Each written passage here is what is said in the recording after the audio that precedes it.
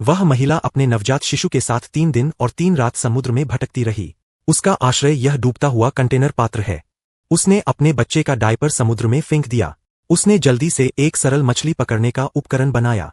लेकिन मछली पकड़ना उतना आसान नहीं है जितना उसने सोचा था। बस जब वह हताश थी, अचानक एक यात्री विमान आकाश में दिखाई दिया। उत्साहित होकर वह जल्दी से कंटेनर के पास भागी और उसमें से कांच का एक टुकड़ा निकाला। लेकिन लौटते समय गलती से उसकी जांघ कट गई। उसने दर्द की परवाह नहीं की और तुरंत उठकर मदद के लिए पुकारने लगी। लेकिन दूरी बहुत अधिक थी और विमान में बैठे लोग उसे बिल्कुल भी नहीं देख पा रहे थे। घाव का संक्रमण रोकने के लिए उसने तेज शराब से कीटाणु रहित किया। असहनीय दर्द ने उसे लगभग बेहोश कर दिया। होश में आने के बाद उसका केवल एक ही उद्देश्य था, मछली पकड़कर पोषण की आपूर्ति करना। उसने हेडफोन के तारों से साधारण मछली पकड़ने वाला जाल बुना। समुद्र में जाल डालने के बाद उसे चारे के रूप में एक डायपर को डाल दिया। उसने चुपचाप मछली के काटने का इंतजार किया। कुछ मिनट इंतजार करने के बाद सचमुच एक मछली जाल में फंस गई। अंततः उसे अच्छा भोजन मिला। दिन ब दिन समय बीतता जाता है। उसने बहुत सारा खाना जमा कर रखा था।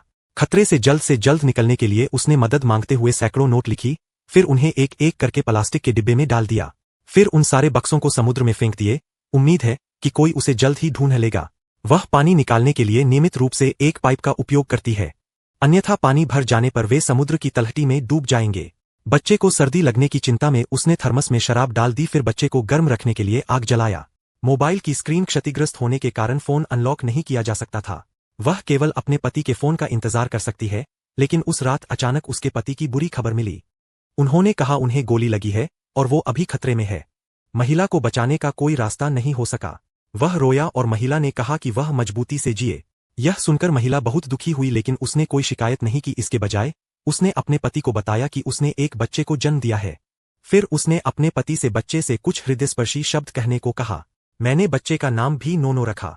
तभी फोन की बैटरी खत्म हो गई और दोनों का संपर्क पूरी तरह टूट गया। कुछ दिनों बाद जल स्तर अपने उच्चतम बिंदु तक पहुंच गया। उसे सबसे बुरी स्थिति के लिए तैयार रहना होगा। उसने तख्तों और प्लास्टिक के बक्सों से एक छोटी सी नाव बनाई। यदि कंटेनर समुद्र की तलहटी में डूब जाए तो वे कुछ समय के लिए बेड़ा पर बह भी सकते हैं। कुछ ही देर बाद एक सीगल पक्षी प्रकट हुआ और उसे आशा की किरण दिखाई दी, क्योंकि जहां कहीं भी सीगल है, इससे यह सिद्ध होता है कि हम जमीन से ज्यादा दूर नहीं है। लेकिन अच्छे दिन लंबे समय तक नहीं टिकते। रिसाव को रोकने के लिए इस्तेमाल की गई सीलिंग पट्टी रात में अचानक गिर गई। समुद्री जल बहुत तेज गति से कंटेनर में बहता है। यह देखकर वह संग्रहित भोजन वापस लेना चाहती थी, लेकिन वो रस्सी से उलझना नहीं चाहती।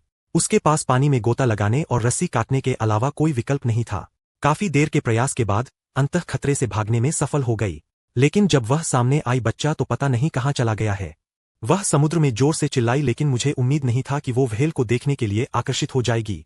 व्हेल ने जानबूझकर बच्चे पर पानी छिड़का। बच्चा डर गया और जोर से रोने लगा। महिला को बच्चे की स्थिति का भी पता चला और महिला तैरकर बच्चे के पास गई। व्हेल लौटकर चला गया। वे सारी रात समुद्र में बहते रहे। एक महिला जानती है कि उसने अपनी तरफ से पूरी कोशिश की है। उसने बच्चे का हाथ पकड़ लिया और कुछ अनिच्छुक शब्द कहे।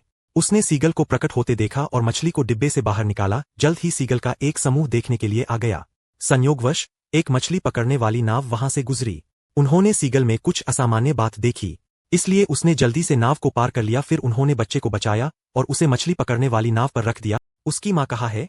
रस्सी का पीछा करते हुए उन्होंने महिला को पुनः ढूंढ लिया, लेकिन महिला तो पहले ही मर चुकी है। सौभाग्यवश दयालु मछुआरों ने हार नहीं मानी। काफी देर तक बचाव कार्य के बाद अंततः महिला को बचा लिया गया। यह कल्पना करना कठिन है कि कोई महिला पूरे 1 महीने तक समुद्र में बहती रहे। अपनी दृढ़ता के कारण वह अपने बच्चे के साथ बच गई। मुझे मातृ प्रेम की महान शक्ति की प्रशंसा करनी होगी। वीडियो अच्छा लगे तो लाइक करो, शेयर करो और सब्सक्राइब करना मत भूलना। बेल आइकन भी दबाओ ताकि नई वीडियो मिस ना हो जाए।